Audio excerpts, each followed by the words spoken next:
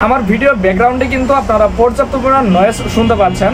তো এইটা হচ্ছে আমার অরিজিনাল ভয়েস এবং এইটা হচ্ছে আমার এডিটিং ভয়েস। তো দেখতে পাচ্ছেন কতটা কিন্তু পার্থক্য এখানে আপনারাই খুঁজে পাবেন। তো এই কাজটা আপনারা কিভাবে করবেন চলুন আপনাদেরকে দেখিয়ে দিচ্ছি আজকের এই ভিডিওতে। প্রথমে আপনারা চলে যাবেন ক্যাপকাট অ্যাপ্লিকেশনে। ক্যাপকাট অ্যাপ্লিকেশনে চলে যাওয়ার পর এখানে দেখতে পারবেন নিউ প্রজেক্ট নামে একটা অপশন, এখানে ক্লিক করে দিবেন। ক্লিক করে দেওয়ার পর আপনারা যে ভিডিওটি এডিটিং করতে চাচ্ছেন সেই ভিডিওটি এখান থেকে সিলেক্ট করে নেবেন। করে নেওয়ার পর নিচে অ্যাড অপশন দেখতে পাচ্ছেন, অ্যাডে ক্লিক করে দিবেন। ক্লিক করে দেওয়ার পর এরকম যদি ইন্টারফেস শো করে আপনারা কি করবেন, ভিডিও লেয়ারের উপরে ক্লিক করে দিবেন। ক্লিক করে দেওয়ার পর আপনাদের আগে ভিডিওটা আমি শোনাচ্ছি যে আসলে আমার ভিডিওটা মেন ভিডিওটা কেমন।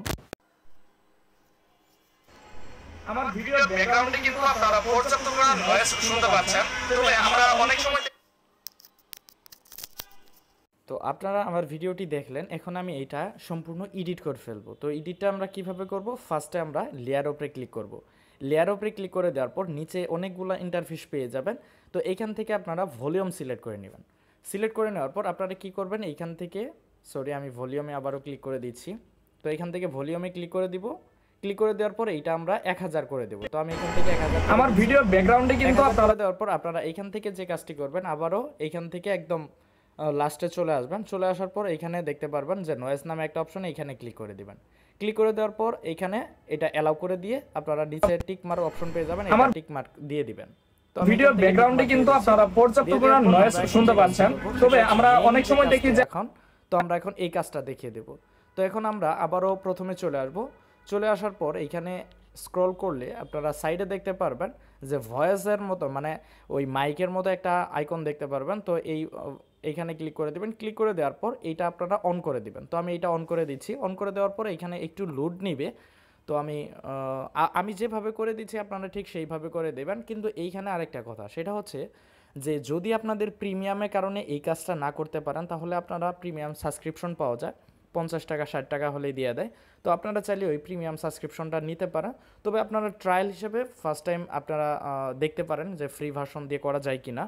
তো আপনারা দেখতে পারেন। তো এটা কিন্তু একদম নিখুঁতভাবে কিন্তু নয়েজটা চলে যায়। তো আমি কিন্তু আপনাকে ভিডিওতে দেখিয়ে দিয়েছি। তো আমি ঠিক সেইভাবে কিন্তু আমি কাজগুলো করতেছি। তো এটা কিন্তু হয়ে গেছে। এখন আমার ভিডিওর ব্যাকগ্রাউন্ডে সেটা হচ্ছে এইখান থেকে 100 করে দিব। 100 করে দেওয়ার পর এখানে টিক মার্ক দিয়ে দিব।